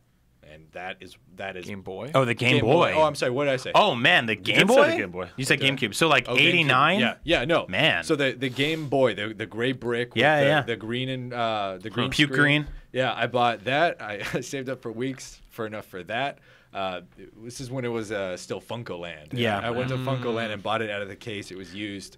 And I bought Pokemon Red, and I was like, this is my game. This is my first game I bought with my own money. Was that your first system or just your first handheld? It was my first handheld. My first system was an NES, which I still have. I still have the exact one. Wow. And I played Marble Madness and Zelda and all that. I grew up playing console games and handheld games, but back then to play handheld games, you either played Nintendo ones, which were amazing, or you played the Sega ones or the Atari Lynx ones, which were terrible. Like the Game Gear was bad, the Nomad was too big to really be considered a handheld, and then there are things like the Lynx and the Tiger Electronics stuff. And for a while, Nintendo had this really good monopoly going, and then Sony kind of came in out of nowhere with the PSP. Yeah. And when they did, they sort of said. They were there. I just remember like being really put off by their marketing to begin with by saying things like, "We're going to take you out. We're going to take gamers out of the handheld ghetto." Like they specifically said that, and I was just like, with Def Jam Fight for New York. Yeah, with like a bunch of garbage, and I was just like, I don't like this approach. And it turned out like, I sort of bought the PSP to be like, oh, what's this thing about? Like, why is this so much better than the PSP? Nintendo? Was marketed at the guy in your math class who sold enough weed to buy a PSP. Yeah. 100%. It was such a like a pocket bro handheld. It was a game bro. And it did the same thing that the Vita tried out doing at the beginning, which was just like, we're going to replicate the console experience. And I didn't like it, and it was awful. But over time, this amazing library. You just look down one day and you're like, oh my god, there's like every old PS1 game on here. Patapon and Loco Roco. Yeah, and all of a sudden I was like, Tactics, I'm not mad at you anymore. So by the time the Vita came out, I was just like, bring it on. This thing's gonna be awesome. I'm really excited for it. It's a beautiful machine. I love it. 3 years old. So happy birthday, Vita. The old NGP. Yeah, I don't know if we'll have it for another 3 years. You've got remote play and PS Plus cross-buy thing, and I think it's finally got the architecture and sort of the ecosystem to really make it a true part of the whole Sony. Well, it just needs the sales. It was designed by Mark Cerny. Yeah. He designed both of them. Dude, is it just me, or like, could you listen to Mark Cerny talk forever? I love him. Anytime he gets on a stage, I'm just like, man. I love him. But then I watched the movie Secretary, and I realized that James Spader in that reminds me a whole lot of Mark Cerny, and it makes him really scary. Then Mark Cerny's gonna become Ultron. Wait, okay, so who's Megan Gyllenhaal in this analogy? I think we are. The 3DS, I don't know. We are the forget it. Yeah, that guy. We brought that one in the weeds. 2 more things left. Max, you want to tell the kids what they can buy this week? You can buy the following things on your PlayStation devices. Desert ashes. Desert ashes. Wait, hold on. Is that dessert ashes, like burnt cakes? I really wish it was dessert asses, because that sounds like dessert asses. Like a bad s'more. That sounds like the best game ever. This is a PS Vita digital game. Candy butts. It is a turn. That's who Megan Gyllenhaal. I almost got Brendan to spit out his water. That's a mission accomplished. This is a turn-based strategy game with online multiplayer and a single-player campaigns, which also boasts an innovative menu system allowing players. This is all. It's got an innovative menu system. Good. That's what I look for. All bodies of water have the ability to freeze overnight, which here at IGN we're not fans of. This game already sounds like it has too much water. It sounds kind of cool. It's got a day and night system. I still don't know what the game is about. Desert Ashes. But yeah, you can go check that out. I don't have a price point for this, unfortunately. $700. $700, yes. Dragon Ball Xenoverse. Well, that settles how to... It's Xenoverse spelled with an X, but Dragon Ball Z. That's PS4, PS3, digital retail. It's Dragon Ball. You can create your own character who is a time traveler, and there's a Catman or something who's using magic to make the world a worse place. It's usually what happens. I like anime. Dynasty Warrior 8 Empires, PS4 digital retail. They are still making those nasty warriors. The nasty warriors. Grant the nasty warriors. Oh man. Oh, God. How do you? Oh yeah. No. This is all yours. H-tol hashtag Nikyu. Let me see. Oh wait, is it? Is it Hatsune? No, it's not. No, you nailed it. HTOL, HTO, capital L, hashtag N, capital N, lowercase I, uppercase. Wow. Okay. Somebody at Atlas fell asleep and their head hit the keyboard. Like what? It sounds like somebody just dragged their fingers across a keyboard and they were like, "Ship that." What are we gonna name this? I don't know. This is coming out. This is the Firefly Diary. Yeah. Did I tell you guys about my new game, Asdav Footage 92? I'm sorry for making fun of anyone's screen names. Like that's not a product that anyone's trying to sell. That's the sequel to QWERTY 89. Yeah, Dark Naruto 66993886661_X. It's okay to have that name. You're not a product. I don't know why someone would name this. At the bottom of an old ruin, a young girl named Mayan awakens with no memory of how she arrived at this dreadful place. Guided by two fireflies, Mayan must solve puzzles, outwit monsters, and avoid traps to escape the darkness. I'm escaping the darkness. Direct Mayan's movements as Lumen and destroy obstacles as the shadowy Umbra. Untold mysteries await. Because they stopped writing the description there. Yeah. Those mysteries are untold. I like how for one character it says direct her movements. I'm like, that's every game ever. Yeah. Directing someone's movements. Yeah. No, I mean, that could be really cool. Control I have no something. idea because I'm reading a small paragraph that doesn't really say much, and I couldn't pronounce the name of the game. So, Hyper Devotion Noir, Goddess Blackheart for PS Vita, digital and retail. What is these titles, man? That's Dive a real. into the world of Game Market. Awesome. Or Go Market? Market. Do they know it's that, hyper- yeah, that it's the hy- word for it's- hyper this is- devotion is obsession? This is actually Hyperdimension Neptunia series. Hyperdimension. First time ever. Yeah. It's a strategy RPG in Hyperdimension Neptunia. So if that's a thing you like, it has maps laden with laser beams, flame pits, and more. I hate reading about games because it's just like, we work here, we know what games are. I mean, obviously this is for people who understand the language, yeah. but it's just like, we could do a fun game show where I read something that Brian and I made up while we were drunk, And I will try to you would have to decide guess if is you guys made it up or is it PR speak. Can we Well, you can 100% just do this for next week? You can also you can make any game sound bad when you just describe the things in it. Like The Last of Us is a game where you can control Mushroom characters. men have taken over America. Fight cauliflower people in the old backyard. Well, watch using out, sticks because your and traveling bricks. partner can't swim. Tough man Joel and his aquaphobic teenage girl pal have got to make their Who's way also through invisible the to apocalypse. anyone who See a wants to real hurt her. horse. Yeah. Throw a bottle and then run away. Now with realistic brick action. There's a giraffe level. Shoot a doctor. Giraffe level. Question mark. There's a giraffe level. Damn it.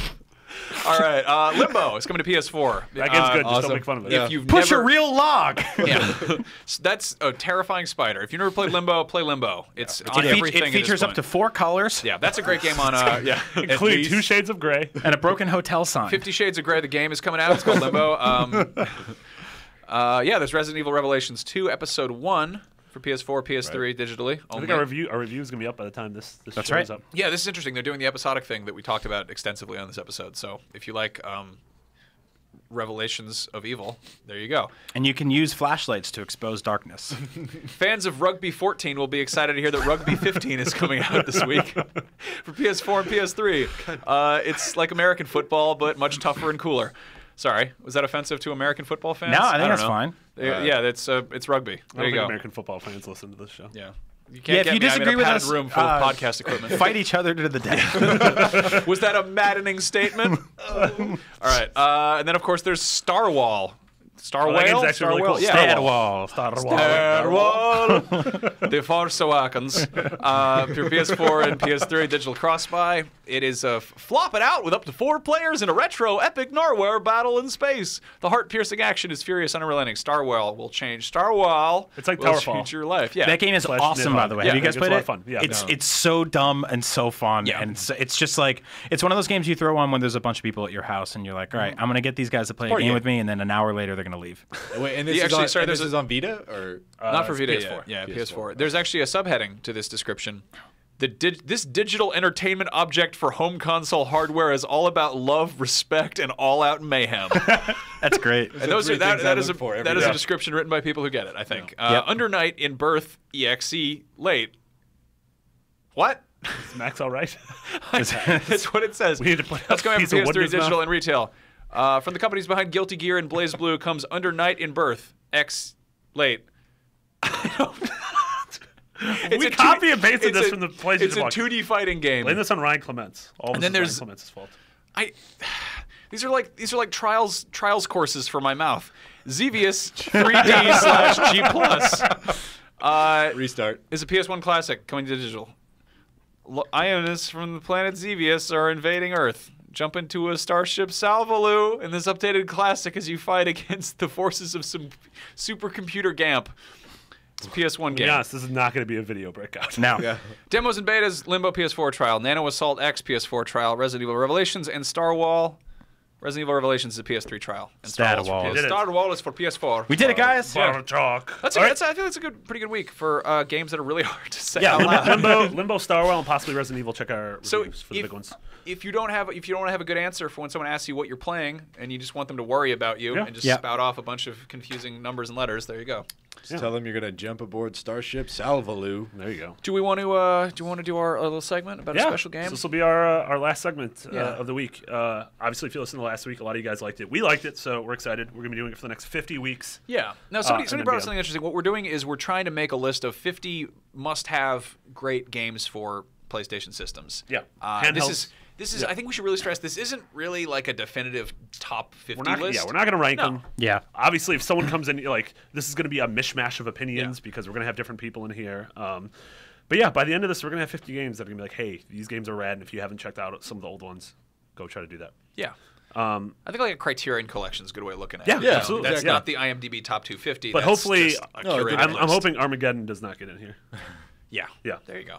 No one's going to buy a game on it. So what you got for us, Katamari? That was a spoiler. Yeah. The game I am choosing is Well, it just went through the whole spectrum. I don't know what happened. Yeah. This is what happens when you podcast for an hour and 40 minutes. Yeah. Katamari Damacy is my choice from September of 2004 for the original PS2. The original PS2, as opposed to the second PS2. PS2 Remix Redux Salvaloo 2. Salvo. Dream Murder Night Simulator. Did you guys play this game when it came out? Yes. Yes. Do you remember right when it came out when it was $20? Like it just released at $20. I did not remember that, but that's awesome. Which was amazing. And so I remember, I think I was reading on EGM, like they were like, hey, this really weird, awesome Japanese game that feels like, stuff like Ataru Man and Parappa the Rapper and these crazy games, Mr. Mosquito. It's out. It's incredible. It's unlike anything else you've ever played, and it's $20. And I remember picking it up and being like, holy crap, this is mechanically different than anything I've ever seen before. And it's so bizarre, and it worked so well. And it still works well. Like, those mechanics hold up so well. Yeah, yeah. So, yeah, in case you guys don't know, it's a game where you play the prince of all cosmos. And your dad is sort of judging you because you have to go down to Earth and roll things up. And the more you start as like a little, like the size of like a marble. And everything you roll up, the marble becomes bigger and bigger. And so by the end of the game, you are rolling up like planets and universes. It's sort of like it's a game concept built on those parts. Like every time you would see a snowball roll down a hill in Looney Tunes, and like a street sign and Bugs Bunny and a tree would get stuck to it. Like they built the game out of that. Yeah, it's really cool because it's like it's actually very polished. Which we were talking earlier before about like games like I Am Bread and Goat Simulator that are like kind of like intentionally broken, and that's the goofiness of them. But this game always really just kind of worked. It just looked goofy doing it. Yeah, and it did a weird job. Like, it has so many gags. It's almost like borderline slapstick. With like the groups of people you find, the things like you'll get a stop sign. It'll just be sticking out of your Katamari ball, and if you roll a certain direction, it'll just mess up the roll you have. But it taught me about like Japanese culture. Like it was the first time I heard the term salarymen. Like I picked up a bunch of dudes in suits. And it was like salarymen. I'm like, what the hell does that mean? And then I realized like, oh, that's what they call their 9-to-5ers, which are more like 9-to-9ers. Yeah, and then God, the soundtrack. Holy crap! So actually, this is a game that I remember. I went through this gap in high school where none of my close friends had consoles at the time, and I was broke, so I didn't have any games. So I was just watching a lot of pirated anime and stuff. And I remember getting a ride home with my friend's older brother. We get in his old maroon Volvo, which just smells like illegal things, and he puts on this weird music, and I'm sitting in the back, and I'm like, "What are we listening to?" And he's like, it's the Katamari Damacy soundtrack. Because this was like 2003 or 2005 or whatever. No one knew how to say it. And I'm like, what is that? And he proceeded to explain what the game is. And if you never played this game, like, I'm so envious of hearing it for the first time again. That's just, it's one of those games that is so high concept but managed to deliver on it. He's like, you roll through this house and you pick up all the little things like lint and paper clips and dust, and you keep rolling and rolling and rolling, and before I make this a Fred Durst joke, you're picking up cows and planets and streets and buildings, and it's like, I'm like, how is this a thing? How is this a game? And I was picturing a very realistic game. Like I was picturing like this game in like CryEngine basically, but which would be a really cool mod. Really hyper realistic. But like I love that playground discussion, whether it's like grade school playground or just like high school friend's backseat playground of like that sounded really bad. That's a Just like different playground, explaining what a so. game is and being like, yo, like you can do this thing. Like you can go and do this. This is a world where this is a thing that can happen. And yeah, Katamari is like so weird for that. That game, it's still, the original still holds up incredibly well. I've showed it to a bunch of people who don't really play games, and they sort of immediately get it. You just have to use the 2 analog sticks, especially when you unlock like the final thing of the game is just an endless mode where like there's no time limit, there's no panic, you don't have to worry about anything. The game is just fun. Yeah. It's weird and unlike anything else. That guy obviously afterwards went on to do Nobi Boy, which was weird, but I think less successful mechanically and in terms of just raw entertainment. That's when you're like a caterpillar that eats. Yeah, and you're like growing, and you want to like get all the way to different planets, and like everyone's sort of in it together. See, Katamari, when it was explained to me in my friend's car, I was like, "Wow, I get it." And Nobi Boy, I was like, "No, wait, hold on, go back. What? What? You have to judge your caterpillars against your friends in space or something. What? That's how the world works. It sounds awesome. Yeah, God, Katamari's really So good. yeah, approved. Katamari. Yeah, we did it. You're in. All in favor? We did it. You get a vote. Oh, yeah, absolutely. If you would have said no, I would have cried. Katamari. We did it. Get out. Katamari Damacy. You wanna roll the ball home? Yeah. So thank you guys for listening. This is a lot of fun. If you'd like to follow us all on Twitter, Brian is Agent Bizzle. Marty, you are McBiggity. Yep. Brandon Tyrell, are you just Brandon Tyrell? I am, yeah. I had something complicated, and then I'm like, you know what? It'd be easier for everyone. Smart move. Yeah, I'm the same way. I'm Max Scoville. Be sure to check out the Beyond Facebook group on Facebook. Yeah. It's great. And if you have questions, email us at beyond@ign.com. If you have ideas for topic segments, for things we're doing well, things you'd like to see changed. Yeah. Yeah, and give Brian a little love for the new theme song that you heard at the very top of the yeah, episode, which is I like that theme song. a hot track, hot jam. Thank you guys. Hot we one. gave you a long show today. Yeah, Enjoy. It was long. Thank Yeah. you. Thank I you think very I'm much currently Thanks for having joining you. us. Because we It's love our you. pleasure. Is there anything you want to plug that they should go check out besides your reviews? Yeah, I'll read my reviews. Actually, I just started a podcast based on Smite, new MOBA. So if you're into Smite or gods or mythology or just hardcore competition in a MOBA setting, check it out. All right. Be up, Wow, that was like specific and then really vast and then really specific. I like again. to expand and contract, the Yeah. universe. That was good. The universe. So it should be up actually probably same day this is. So Radical. Awesome. Yeah. Well, Thank you guys for listening. Beyond. Beyond. Beyond.